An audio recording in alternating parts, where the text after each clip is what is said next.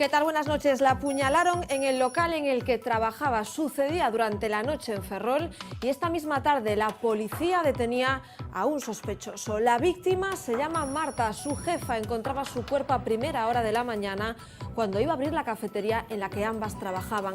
La verja estaba medio abierta y la puerta completamente manchada de sangre. Dentro se encontró con una escena dantesca. Habían cosido a Marta a puñaladas. Sus compañeros de trabajo apuntaban desde primera hora a un posible robo, pero esta tarde se detenía a un sospechoso, un hombre que además regenta un bar cercano. Todo podría haber comenzado por un conflicto, por una conversación de WhatsApp. Hablé con ella a las 12:30 de la noche y le quedaban 6 personas y después a las 5 debió de ser un robo. Yo creo que eso fue un robo porque la sangre que hay ahí, imagino que sería un robo. Siempre cerrábamos tarde. Si había gente, cerrábamos tarde. Y tuvo que venir alguien para robar. Me imagino, es que yo no sé nada. Yo estaba de baja. Y entonces estaba ella en mi turno. Si no, estaría yo ahí muerta en vez de ella. Ella no tenía pareja. Te lo digo yo además. Porque yo era mi amiga y no tenía pareja ella.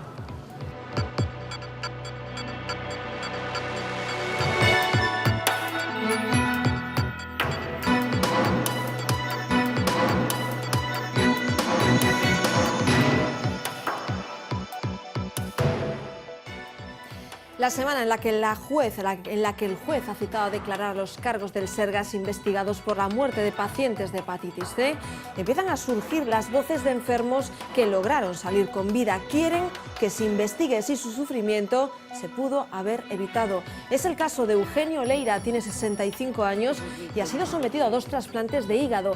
El primer órgano no resistió el ataque del virus y casi muere cuando la hepatitis C atacó de nuevo al segundo. Una agonía que duró más de un año en el que estuvo esperando por el tratamiento. Finalmente se le suministró el fármaco y puede contarlo, pero pide a la justicia que no olvide el dolor de los que lograron sobrevivir. Eu realmente esperaba a morte, Eu vi a morte lidiante. Tuve a sorte de que me chegou o tempo. A min que me digan que non eran económicos, porque os médicos meus, desde sempre, me estuveron pedindo medicamentos. O peor que nos pode pasar a estar enfermos é o ver que te vas achicando e que hai remedio aí. Eu penso que é igual que un accidente de tráfico, é de negación de auxilio. Son la prueba de que la crisis en el sector lácteo es ya insostenible. Primero fue Chantada y ahora Friol y Boiro, todas explotaciones que han dejado morir presuntamente a sus vacas o que las tienen en un estado lamentable. En Chantada se localizaban la pasada semana 40 vacas muertas. En Friol todo apunta a que un ganadero dejó morir a otras 40 de inanición o de diferentes enfermedades al no poder sostenerlas. El último caso nos lleva a Boiro. El Seprona rescataba 15 vacas desatendidas en unos prados de la parroquia de Abanqueiro. Los sindicatos aseguran que ya hay explotaciones en situaciones económicas extremas. Temos moitos casos de explotacións que teñen que vender animais para poder subsistir porque non teñen capacidade para alimentar máis animais. Non, isto non dá. Antes de estar perdendo diñeiro, pois decido cerrar a explotación.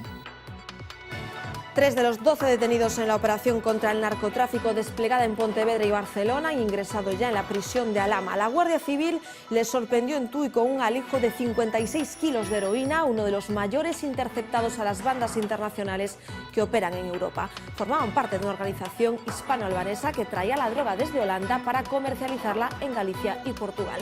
Según los expertos en narcotráfico, este entramado supone varias novedades con respecto a los habituales movimientos de droga en nuestra comunidad. Sobre todo porque la ruta es la contraria. Galicia es el destino final. Ya estamos viendo en distintos operativos esa tendencia a traer heroína, a Galicia y a usar Galicia como uno de las ponerla en el mapa de distribución de la heroína. Y todas las miradas han vuelto hacia el mundo del deporte durante el fin de semana después de la muerte de un joven de solo 15 años. Abdullaye Falsec disputaba con un partido con su equipo, los cadetes del Muxía, cuando durante el descanso se desplomó. Nada se pudo hacer por su vida. Tras esta triste noticia llega el momento del análisis. ¿Hay forma de reanimar a alguien que sufre un episodio de muerte súbita? ¿Deben pasar los jóvenes deportistas revisiones más exhaustivas? Y el Rey ha comenzado hoy la tercera ronda de consultas con los partidos políticos. Hoy ha sido el turno de los grupos con menor representación en el Parlamento. Mañana les toca a las formaciones clave, APP, PSOE, Podemos y Ciudadanos. Se busca un pacto de última hora que parece improbable. De hecho, la mayor parte de los representantes políticos que han acudido hoy a esta cita con el Rey se han mostrado convencidos de que vamos a unas nuevas elecciones.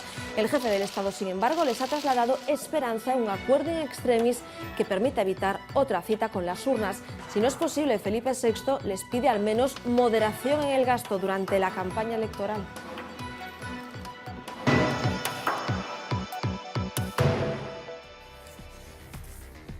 Marta, 43 años, camarera, trabajaba en esta cafetería de Ferrol donde esta mañana apareció su cadáver. Lo encontró su jefa, que al llegar a las 7:30 para abrir el local vio la puerta completamente llena de sangre. Se temió lo peor y acertó. Dentro, las fuerzas de seguridad encontraron el cadáver de Marta con varias puñaladas.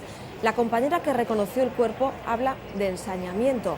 Esta tarde la policía ha detenido a un hombre por este caso. Se trata de un varón de 31 años, cliente habitual del local donde sucedieron los hechos en el barrio de Caranza. Al parecer regentaba otro bar a apenas unos 100 metros del escenario del crimen.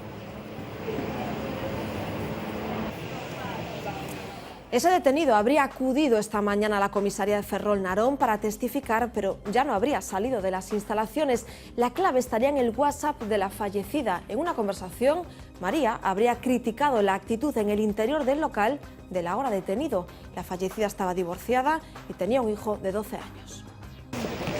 Oliva habló con su compañera Marta pasada la medianoche. Estaba ella en mi turno, si no estaría yo ahí muerta. Marta, de 43 años, sustituía en el bar a su compañera, de baja. Jessica, su jefa, supo por ella a las 11 que había pocos clientes, pero el último se fue a las 3:30 de esta madrugada. Cuando acudió a abrir esta mañana... Ya vi la persiana a la mitad, ya vi la sangre, no vi nada, de nada.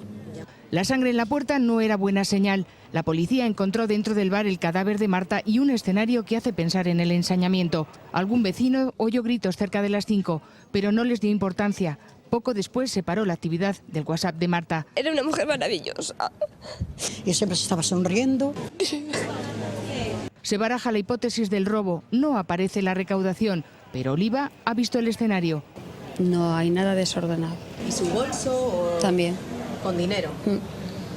Tampoco se descarta la violencia de género. A Marta, separada hace 8 años y con un hijo de 12, no se le conocía pareja. La autopsia aclarará las causas de la muerte y ayudará esta cámara militar frente al lugar del crimen. Más de 80 vacas muertas o en mal estado es el macabro hallazgo que se ha hecho en los últimos días, que ha hecho la Guardia Civil en 3 granjas gallegas, 3 explotaciones de Chantada, Boiro y Friol. Los casos están en manos de la justicia, que investiga posibles delitos de maltrato animal. En Chantada, el Seprona encontró 40 vacas muertas y otras 20 en estado de desnutrición. En Boiro, en la parroquia de Abanqueiro, se hallaron 15 vacas que no recibían ningún tipo de cuidado. En Friol, el propietario de una explotación ganadera presuntamente dejó morir de inanición y varias enfermedades a otras 40 cabezas de ganado. Luego las incineraba en terrenos próximos a su granja. El dueño de la explotación, que estaba siendo investigado desde 2013, alega que no pudo mantener a los animales porque su situación económica era muy precaria. Acudió a pedir ayuda a un sindicato, a Unión Leiteira Galega, cuando las deudas ya les superaban. Podemos decir que xa levaba unha boa temporada moi delicada que non foi dun día para outro. Deuda sobre deuda. Entendemos que xa chegou a nós cando estaba nunha situación moi desesperada, cando se viu desatendido, eu creo que da administración e non tuvo outro remedio que, eu creo que contalo e acudir a nós. Unha situación moi extrema. Que pasa? Que entendemos que a esta situación extrema chegase, hai un paso que é unha situación, que pasará coa crisis do sector, van tendo cada vez menos capacidade económica, e cada un afrontado de unha maneira distinta, pero pode chegar a casos moi extremos, por suposto, a nivel de endeudamento no que están ahora mismo os gandeiros. Estos casos de maltrato que se han conocido estos días han encendido la voz del propio sector, la voz de alarma. Mantienen que son casos aislados, pero piden medidas para atajar esta situación. Aseguran que hay ganaderos que ya han comenzado a vender sus vacas porque directamente no pueden alimentarlas.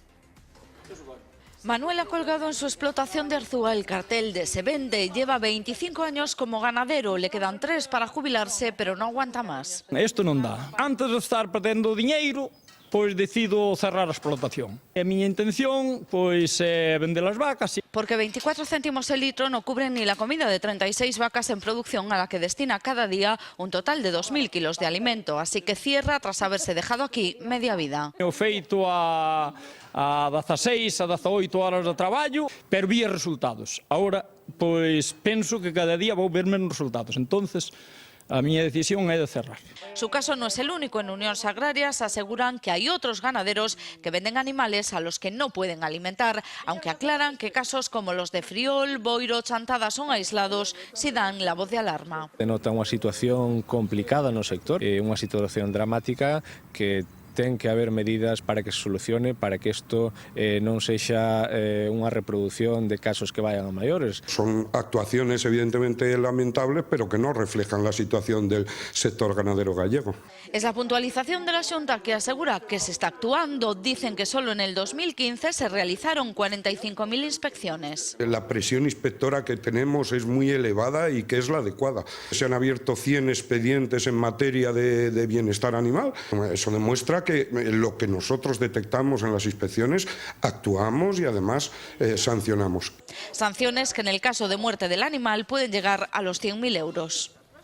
En uno de los últimos casos que les contábamos, el de Boiro, aparecían 15 vacas en total estado de abandono en unos prados. Quien daba la voz de alarma era un colectivo animalista de la zona que se llama Vox Anima. Nos escucha ya al otro lado del hilo telefónico uno de sus miembros. Mónica, ¿qué tal? Muy buenas noches. Hola, buenas noches. Mónica, ¿nos puedes hacer una fotografía de lo que os encontrasteis como colectivo en esos prados de Boiro? Porque eran 15 animales que no estaban precisamente en las mejores condiciones, ¿no?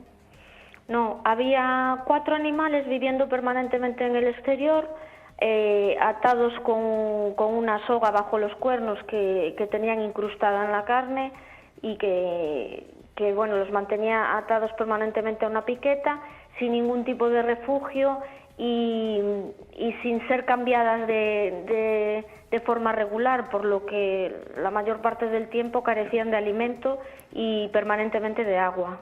Entiendo que vosotros como colectivo hicisteis un seguimiento. ¿En qué momento decidís esto hay que denunciarlo y a quién denunciáis? Sí, nosotros, bueno, recibimos un aviso de un vecino dando la voz de alarma, estuvimos haciendo un seguimiento de más de un mes, comprobamos que efectivamente los hechos eran así y correspondían también con el testimonio de otros vecinos que decían que la situación ya se venía dando desde hace bastante tiempo.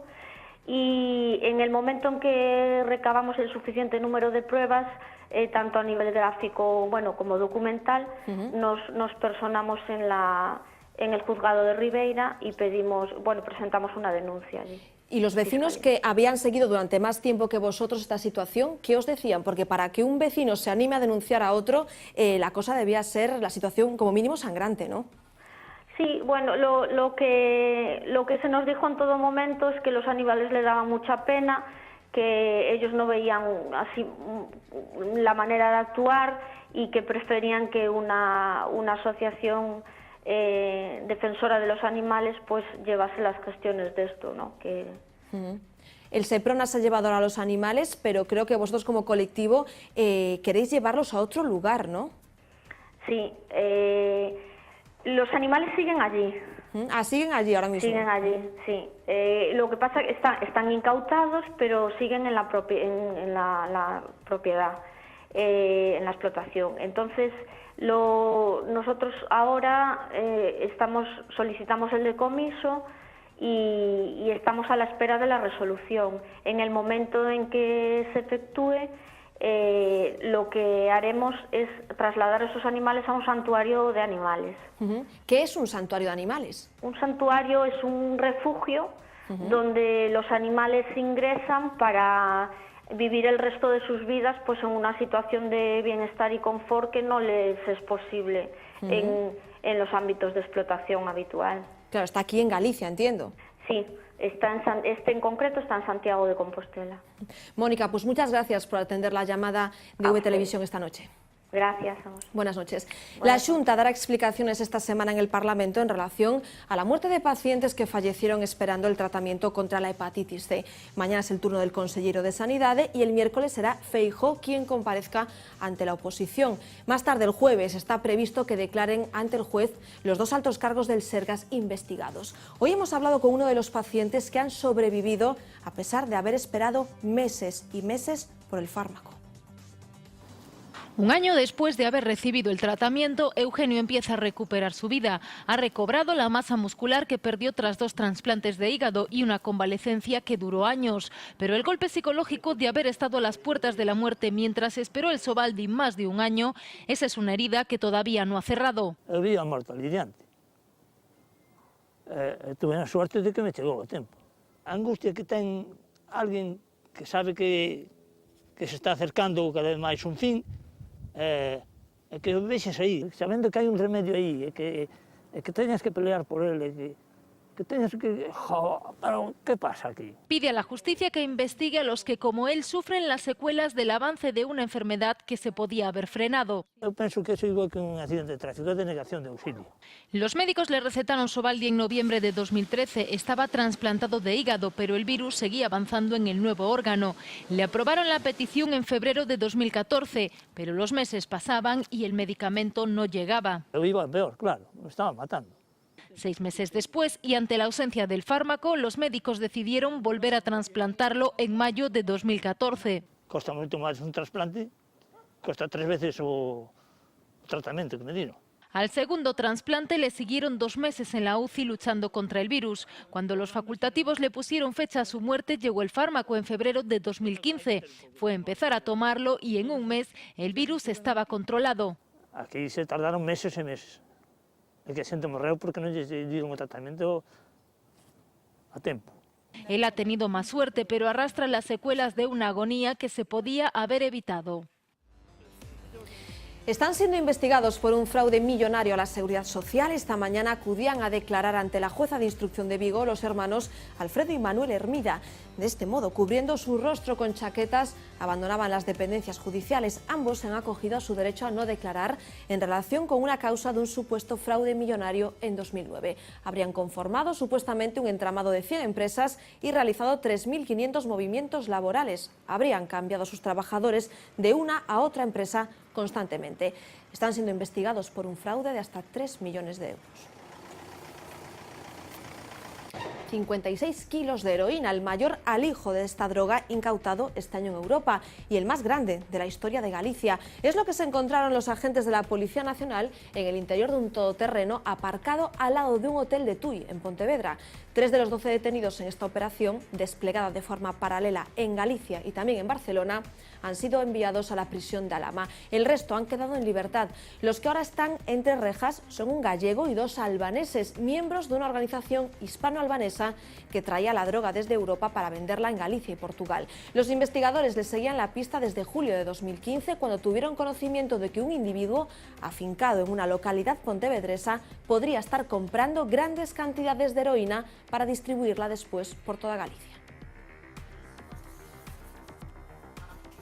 Esta red de narcotraficantes tiene varias peculiaridades con respecto a lo que estamos acostumbrados en Galicia. La primera, que se trata de heroína, menos común que la cocaína. La segunda, la forma de trasladar la droga en un coche en lugar de contenedores o veleros.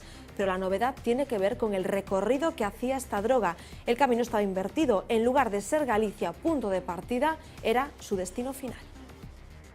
En los últimos estudios estadísticas que hay al respecto hablan de un pequeño repunte de la heroína, pero siempre ha tenido su mercado, mucho más residual que el de cocaína, y en el caso de Galicia, pues bueno, la verdad es que es una sustancia a la que no estamos tan acostumbrados. Estamos hablando de otra sustancia, otros mercados, otros métodos de introducción. Galicia es un punto de partida para la distribución de cocaína hacia toda Europa, y en este caso lo que estamos hablando es justo de lo contrario. Es decir, en Galicia, destino final de ese cargamento de heroína viene desde Europa, desde Centro Europa, posiblemente viniendo procedente de Afganistán. Llegó a Ámsterdam y de ahí bajaba a Galicia. Vuelve a evidenciar una tendencia que nos preocupa especialmente, y es que parece ser que hay intentos, bueno, ya estamos viendo en distintos operativos, esa tendencia a traer heroína, a Galicia, y a usar Galicia como una de las, ponerla en el mapa de distribución de la heroína. Estaban pescando, recogiendo percebes en la ensenada de Lourido, en Arteixo, y una ola se llevó a su primo. Se tiró al agua para intentar rescatarle, pero acabó perdiéndole de vista. Fue entonces cuando corrió a pedir ayuda. Desde entonces, Salvamento Marítimo coordina en la zona un dispositivo de búsqueda para tratar de localizar al desaparecido. Lo buscan por tierra, en la línea de costa, pero también por mar y por aire. Desde el Elimer 401, con base en A Coruña, a estas horas sigue peinando esta zona de Arteixo. Familias viguesas en riesgo de desahucio han decidido enfrentarse hoy cara a cara con el gobierno de la ciudad. Como van a ver, se plantaban delante del ayuntamiento mientras se estaba celebrando el pleno. Como ya no pueden mostrar las pancartas en el interior del concello, su iniciativa se ha pasado a los gritos que se escuchaban perfectamente en el interior del edificio. Reclaman una solución urgente para los desahucios en la ciudad y desmienten la versión del concello. Aseguran que los desahucios siguen siendo una realidad en Vigo. Mientras, el alcalde Abel Caballero insistía en su versión y en que el concello ya ha ayudado a 1.200 familias a pagar alquileres. Eu lle teño que decir a esas 3 familias e a todas as familias de Vigo que mentras eu sea alcalde nadie vai a ser desahuciado en Vigo. Nadie foi e nadie vai a ser desahuciado en Vigo. Nadie non van a ser desahuciadas en esta ciudad. Xa está dito. Xa está. Galicia es cada vez más territorio chino, al menos en lo que a economía se refiere. Hace apenas una semana conocíamos que la empresa Shanghai Ocean compraba la conservera viguesa Albo, la sexta en el sector de la alimentación en España. No es el único caso de desembarco de capital chino en Galicia durante los últimos años. En 2015, China Sonangol se hacía con el control de 2 astilleros del grupo Rothman, y en 2011 el grupo chino Citic Group compraba Gándara Censa, especializada en piezas de cemento y minería. En este contexto de interés creciente del gigante asiático en nuestra comunidad, hoy se ha sellado una nueva alianza galaico-china. A Coruña y la ciudad de Yantian han suscrito un convenio de colaboración para el desarrollo de sus relaciones económicas. Según el alcalde de Yantian, A Coruña y su distrito son muy similares, ciudades de costa, con puerto, con el mismo número de habitantes y con potencialidades económicas también similares. Están interesados de las empresas que pertenecen a estos sectores, turista, joyería, el puerto logístico y además ciencia, biología. Quieren que las empresas de estos sectores puedan venir a Yantian para que entre en el mercado de China.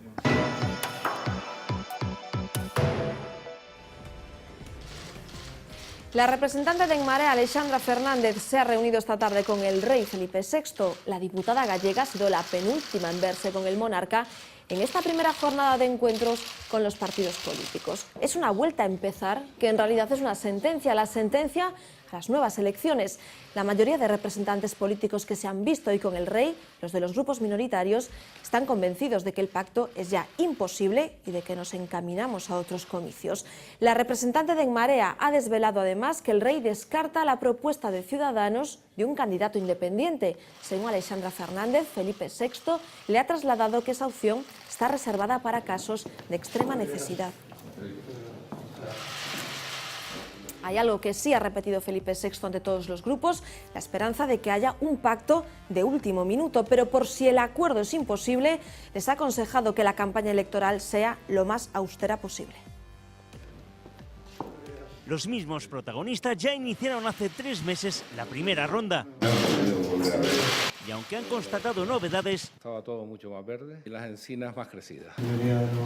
En lo político, esta tercera ronda también parece condenada al fracaso. Ha empezado la guerra. Hasta el rey le ha expresado al líder de Foro Asturias que, llegado el caso, no hagamos una campaña electoral especialmente gravosa para la economía del país. El gobierno no confía en el último minuto. No, nadie hace la previsión de que la situación se vaya a desbloquear en estos días. Y la mente de los partidos ya está en modo precampaña y en culparse del bloqueo unos a otros. Para ese viaje no hacía falta alforjas. Han estado 4 meses mareando la perdiz, 4 meses engañando a la gente. Va siendo hora de que el PP de verdad se pueda regenerar, y para que el PP se pueda regenerar es necesario que vaya a la oposición. Siempre queda la sorpresa, mañana el rey recibe a los principales líderes políticos. Son las 9:24, nos vamos en directo como cada noche al plató de Vía V, porque allí nos espera Fernanda Tavares para contarnos qué están preparando, ya ultimando, nuestros compañeros. Fernanda, buenas noches. ¿Qué tal, Gladys? Muy buenas noches. Bueno, pues lógicamente analizaremos estas últimas horas del tic-tac electoral. Mañana a las 12 acabará el plazo para que se llegue a algún tipo de acuerdo, así que prácticamente todo el mundo da por hecho que habrá elecciones otra vez el próximo 26 de junio. Así que análisis electoral, hablaremos también de la muerte masiva de esas vacas en Friol, de lo que está pasando con el sector ganadero aquí en nuestro país, pero vamos a detenernos en una conclusión del informe Ardán que cada año elabora Zona Franca de Vigo y que sitúa el polo de riqueza fundamental en el entorno de la ciudad de A Coruña. Así que hablaremos dónde está la riqueza y por qué.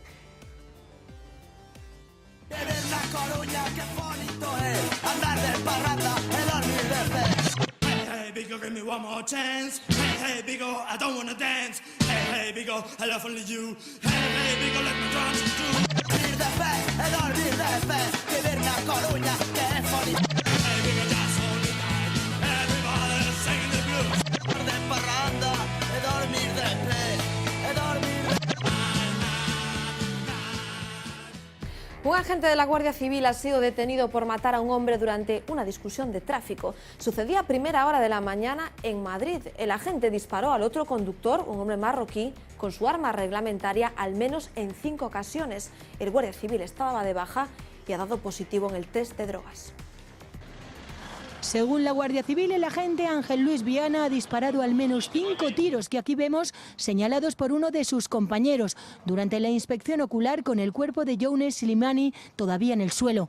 El agente de 31 años tenía la pistola en la mano cuando ha llegado la primera patrulla alertada por una llamada al 112. Se ha entregado sin oponer resistencia. Esa persona estaba de baja desde hace semanas, estaba fuera de servicio, por tanto. La Guardia Civil asegura que no era baja psicológica, por lo que no se le retiró el arma. Lleva 10 años en el cuerpo, los últimos destinado en Quintanar de la Orden. Una vez estuve ahí, me atendió, estaba de puerta. Ha dado positivo a la prueba del alcohol y al cannabis, a pesar de la hora, las 7:30 de la mañana, después de una primera colisión y una persecución en la que el BMW de Ángel Luis ha sacado de la carretera al Opel Zafira del ciudadano marroquí. El guardia lo ha tiroteado.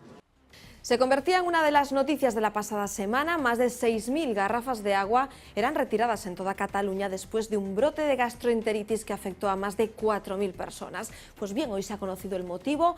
Un norovirus de origen fecal humano fue el causante del brote. La infección se produjo en el envasado en Andorra del agua Font d'Arinsal. La empresa que distribuyó el agua ha sido inspeccionada hasta en 3 ocasiones sin arrojar ningún resultado. La mezcla de aguas fecales y potable se habría producido en el origen. Esos norovirus serían muy difíciles de retener, de detectar en el filtrado de bacterias. En los análisis que se le practica al agua, la normativa no obliga a buscar tipo alguno de virus. Paramos unos instantes, a la vuelta, como siempre, más que contar.